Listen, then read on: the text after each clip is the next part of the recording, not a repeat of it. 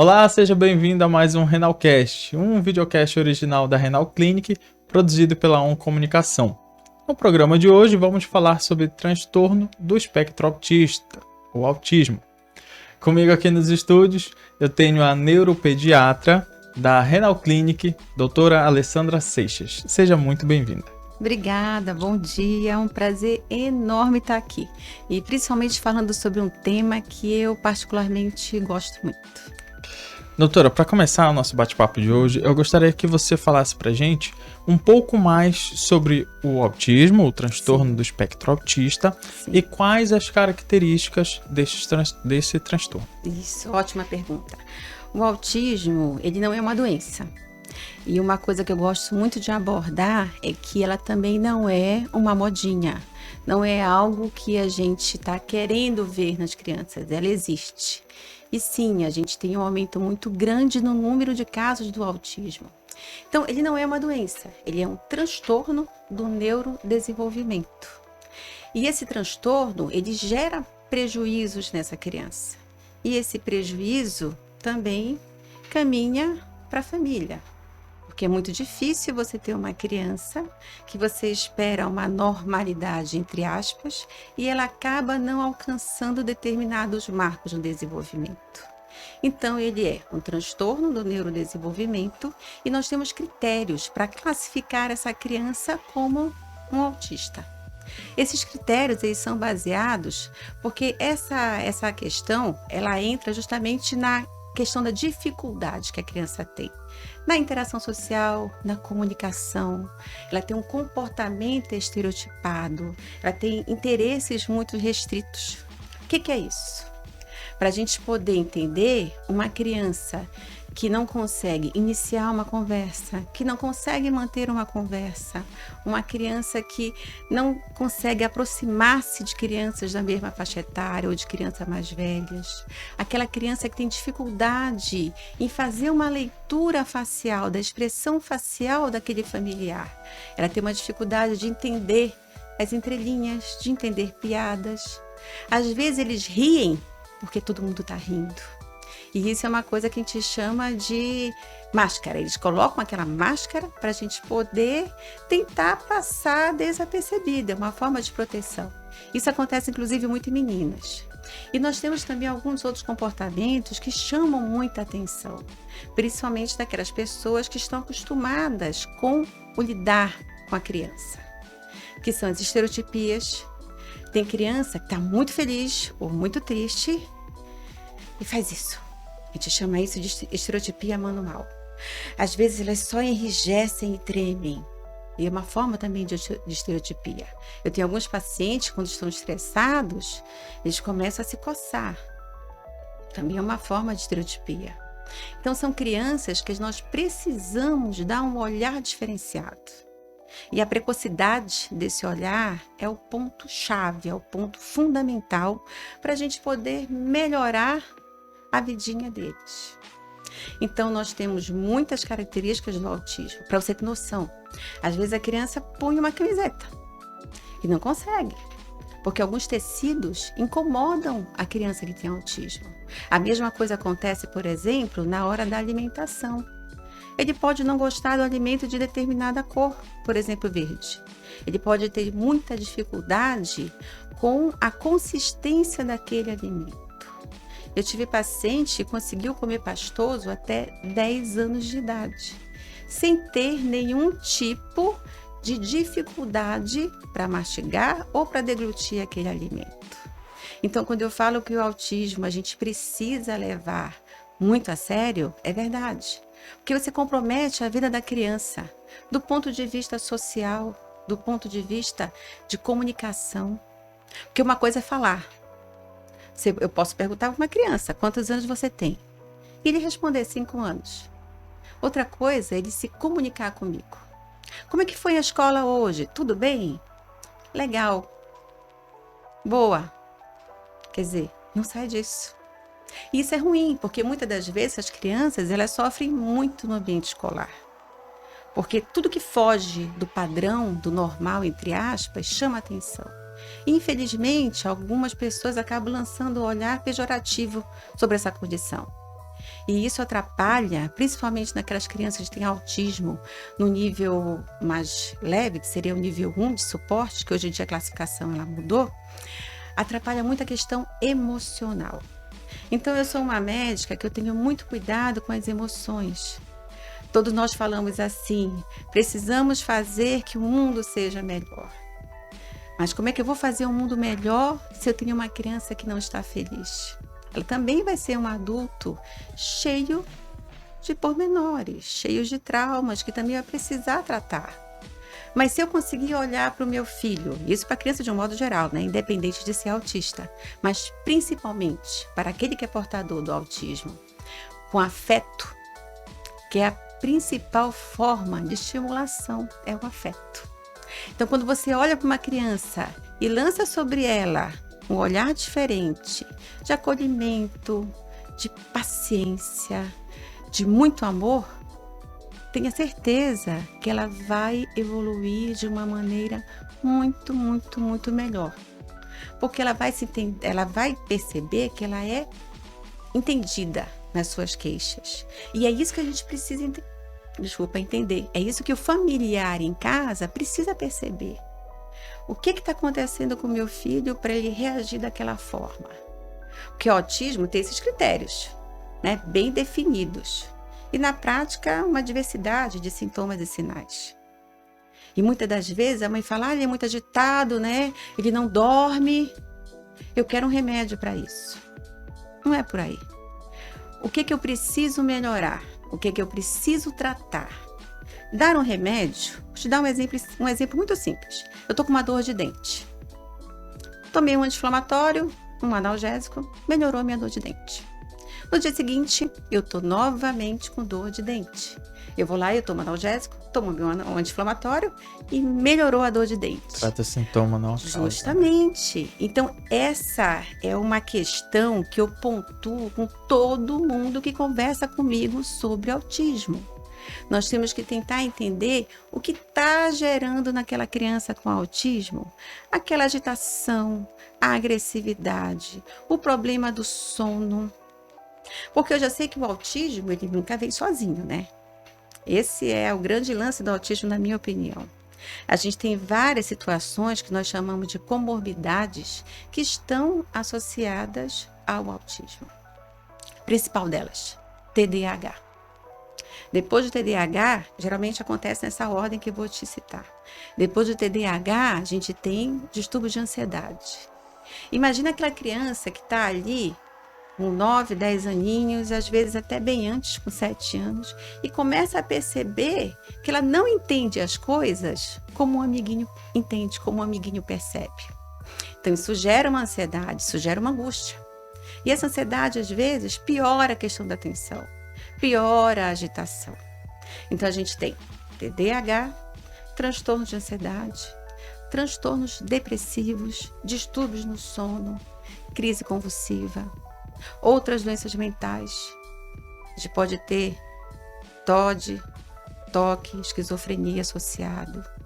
Agora, sem esquecer que também para eu ter um filho com autismo, eu preciso ter uma base genética muito bem, né, documentada. Eu tenho que ter genes para isso.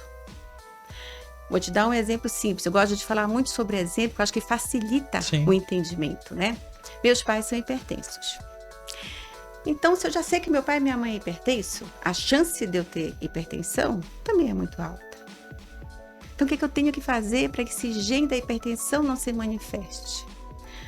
Ter um bom hábito alimentar, praticar atividade física, tentar ter o que atualmente a maioria dos adultos não tem, que é um sono reparador, e reduzir os níveis de estresse. Então, isso é um sonho, né? Mas é um sonho que vai te trazer saúde e que vai, com certeza, dificultar com que aquele meu gene da hipertensão se manifeste. Então, para eu ter uma criança com autismo, eu preciso ter essa base genética. Ponto. Atualmente, eles já têm mais de 130 genes bem documentados. Se não me falha a memória, 134, 137, não lembro agora o valor correto, mas são mais de 30.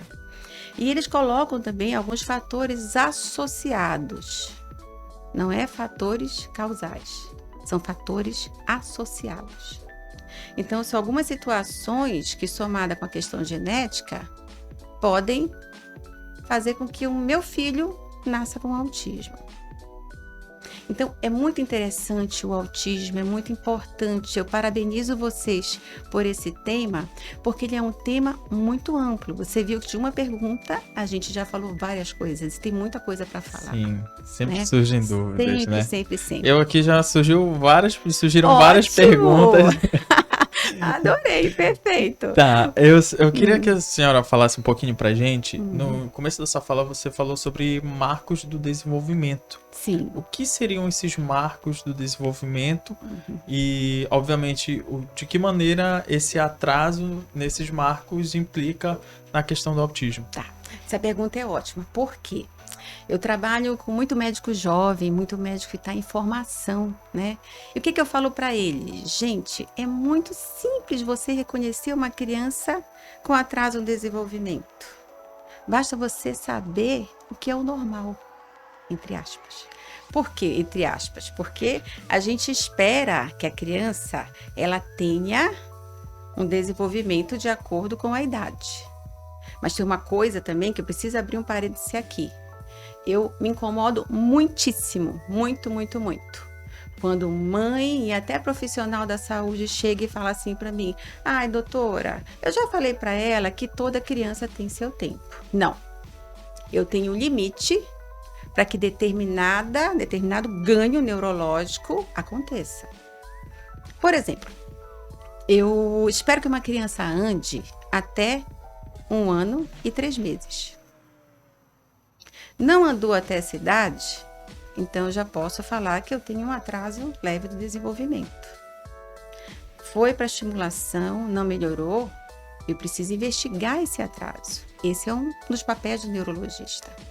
O neurologista está aqui justamente para investigar tudo aquilo que está fora do esperado para aquela criança. Então eu preciso que o pediatra, que a mãe e o pai tenha consciência, pelo menos aquela coisa muito, basal, do que é o neurodesenvolvimento infantil. Porque se eu sei que uma criança de 1 ano e 8 meses, ela já atende quando chamada, ela já te olha de prontidão, na verdade, você já começa lá com 1 aninho de idade, né? Mas com 1 ano e 8 meses, ela já brinca com você, desfaz de conta, vou dar banho na minha filhinha, vou dar comidinha para minha boneca. E você vê que a sua filha não faz nada disso? Opa, o que está acontecendo?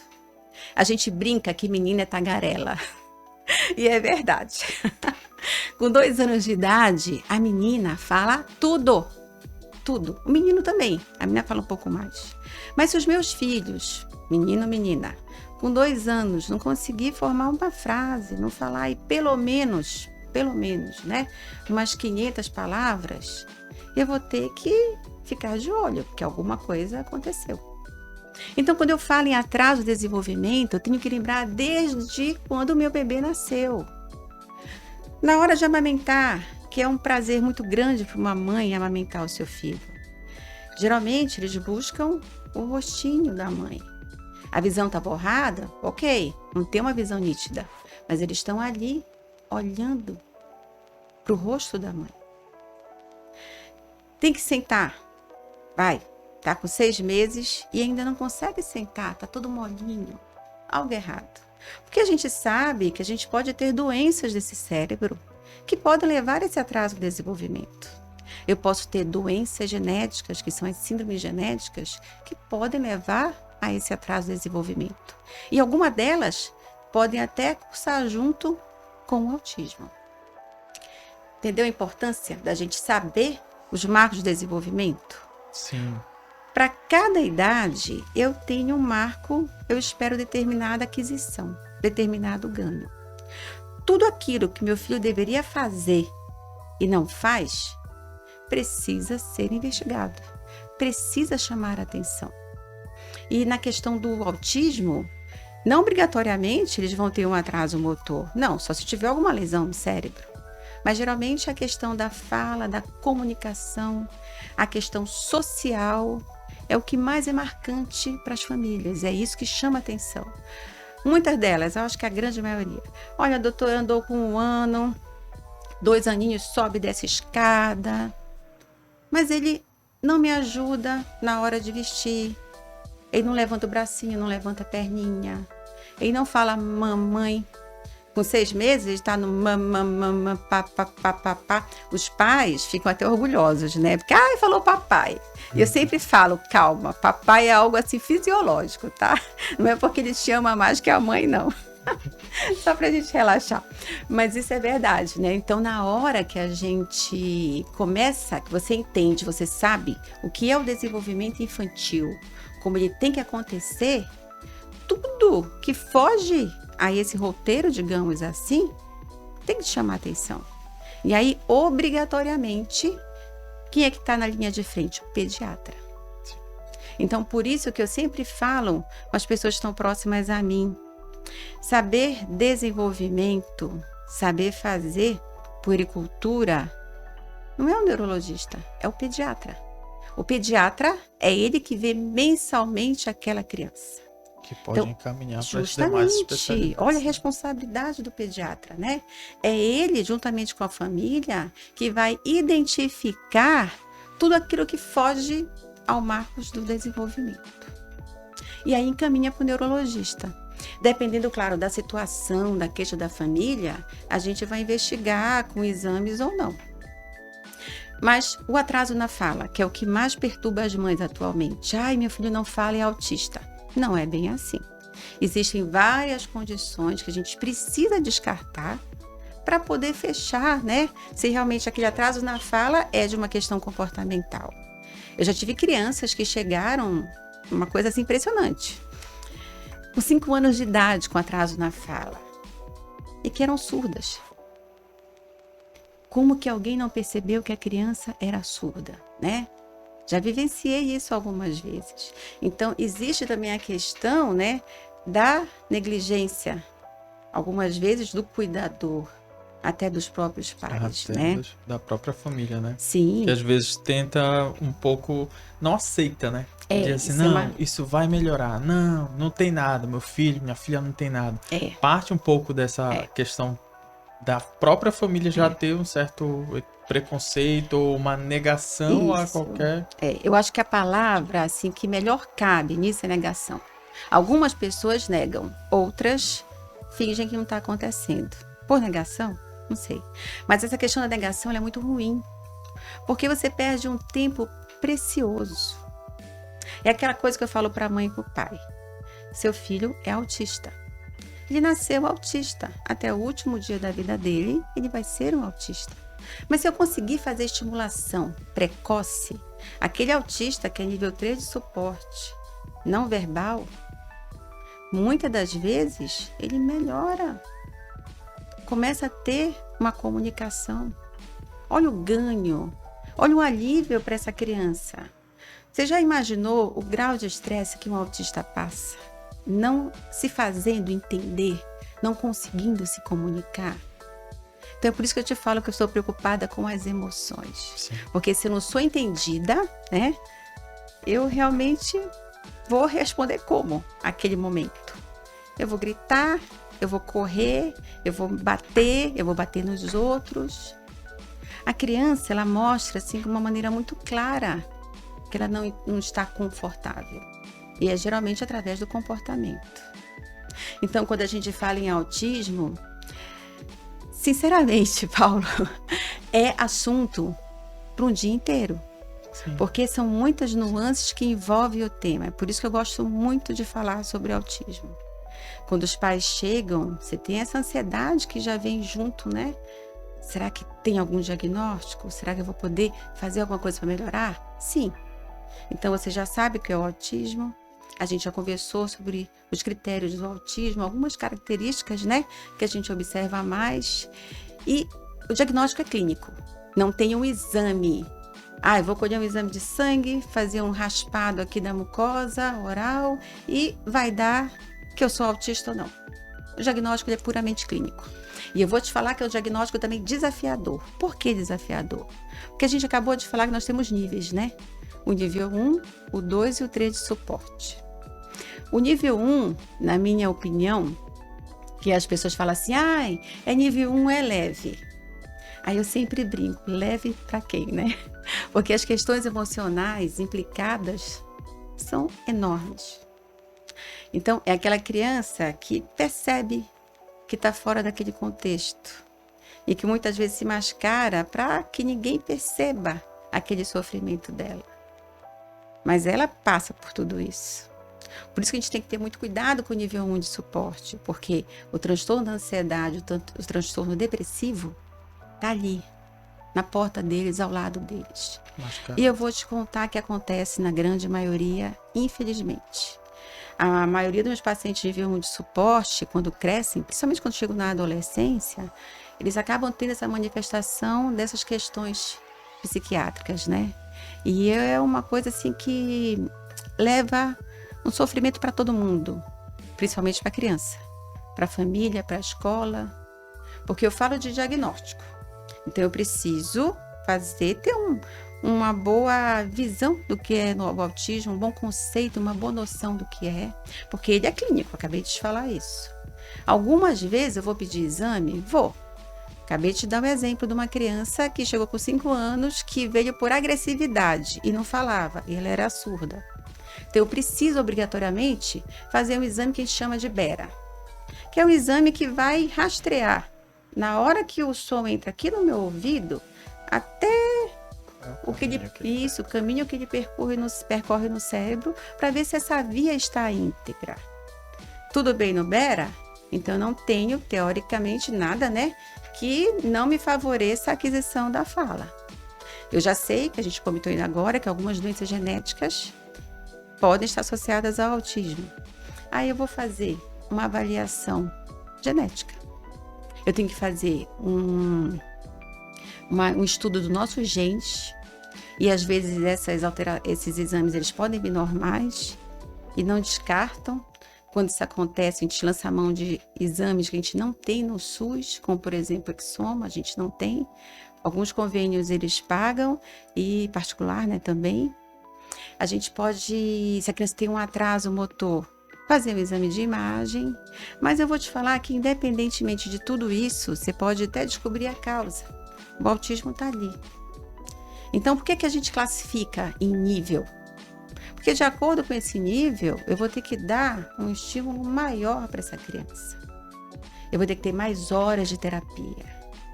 E aí é que entra a maravilhosa ciência ABA. Então, esse método ABA, ele já é muito bem documentado na comunidade científica, com um agente que propaga, como um agente transformador na melhora dessa criança. Então, é uma ferramenta que todo autista precisa ter. Todo. Doutora, eu vou só lhe interromper rapidinho, porque a gente vai entrar nessa, que eu quero saber, quero que você só explique mais pra gente um pouco como funciona o método ABA, Tá bom. tá? Mas só para não ficar nenhuma espécie de dúvida, porque o nosso intuito aqui é esclarecer, né? Sim, a claro. pais, mães, sabe, toda a comunidade que nos assiste. Ficou um ponto sobre a questão do marco do desenvolvimento, que eu queria só que você comentasse. O atraso no neurodesenvolvimento, ele não significa necessariamente que a pessoa tem autismo. Não, em hipótese alguma. Eu vou te dar um exemplo que eu uso muito para os meus residentes.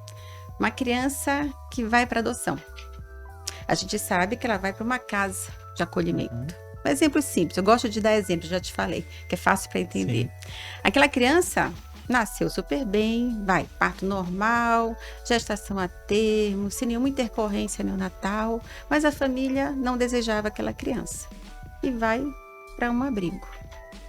Se eu pego esse bebezinho e na hora do banho eu dou aquele afeto que eu te falei, eu estimulo com afeto, eu converso, eu brinco, eu dou um sorriso bem bonito, isso é uma forma de estimulação do desenvolvimento.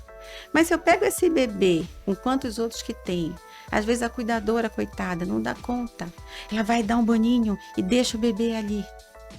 Que tipo de estímulo que ele vai ter? Deitado na cama? Nenhum. Porque aí está faltando justamente aquela interação que começa ali. Na hora que você vai dar a mamada, na hora que você dá o banho, troca de roupa, troca a fraldinha. Então, existem sim atrasos de desenvolvimento que não querem dizer que são doenças, que é simplesmente por falta de estímulo. Isso acontece. Eu sempre falo para os pais, tá com atraso. Mas se ele conseguir adquirir esse atraso, quer dizer, o marco no desenvolvimento, perdão, ok. O problema é quando a gente tem um atraso e apesar de toda a estimulação que a gente possa oferecer para essa criança, ela não alcança o desenvolvimento esperado. Aí é doença, tá? Mas um bebezinho que eu deixo numa cama, se eu for comparar com meu bebê que está em casa, que eu vou brincar, estimular, sorrir, oferecer um chocalho, com barulhinho, com várias cores, aquela coisa bem colorida para chamar a atenção, isso já desperta o bebê. E aí é diferente a evolução, né? Se a gente comparar esses dois bebezinhos. Pelo amor de Deus, eu não estou falando mal dos cuidadores dos bebês, não, tá? Jamais. É só para a gente colocar só pra em gente termos entender práticos, a diferença, né? Justamente a da criança com estimulação. estímulo e outra sem. E outra estímulo, sem, né? tá? Com certeza. Então, uma coisa legal para o pediatra é colocar sempre para a mãe o que esperar naquela idade. Porque aí serve de alerta. A gente vai chegando ao final do nosso... Ai, que pena. Sim, mas só que deixa eu fazer logo um convite Sim. para que a gente faça a segunda parte desse nosso Ótimo. podcast. Então tá bom. Porque a gente ainda tem mais assunto para abordar. Tá ótimo. Então, já queria lhe convidar que a gente faça a parte 2 já na próxima semana para ir ao ar. Tá ótimo. Bom? O convite aceito, então. Bom, mas eu queria que a senhora, antes de encerrar, pudesse deixar uma mensagem, uma dica, um conselho para quem está nos assistindo. Então, gente, é assim. Autismo não é modinha, ele tem que ser levado a sério.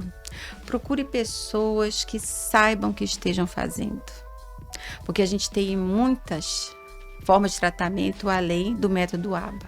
Eu não falei de outra coisa que eu gosto de fazer também no meu dia a dia, que é a questão da alimentação. Que também isso leva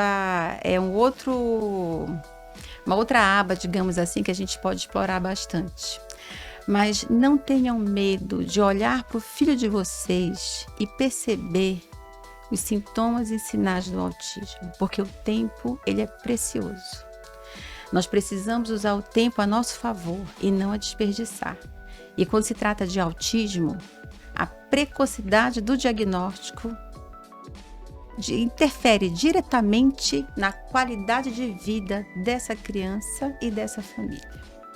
Obrigada pelo convite. Perfeito. Doutora, como é que as pessoas podem fazer para marcar uma consulta com a senhora? Onde podem me encontrar? Sim, eu fui muito acolhida, muito bem acolhida lá na Renal Clinic. Eu tô lá, geralmente no início do mês, eu faço as consultas, né, neurológicas e, claro, o neurologista não atende só autismo, né? A gente acompanha o desenvolvimento de modo geral, os atrasos, investiga esses atrasos, cefaleia, crise convulsiva, as questões de ordem, assim, de comportamento fora do autismo, o TDAH. Então, tudo isso a gente explora dentro de uma consulta, de acordo com a necessidade de cada família, né? Então, eu estou lá geralmente no início de cada mês, na Renal Clinic. E se precisar de mim, estou à disposição. Perfeito, doutora. Bom, a gente volta na semana que vem com a segunda parte desse nosso podcast. Então, eu gostaria de convidar vocês a seguir a Renal Clinic no Facebook, no Instagram, no nosso canal no YouTube e no TikTok. Até a semana que vem com a segunda parte do nosso podcast.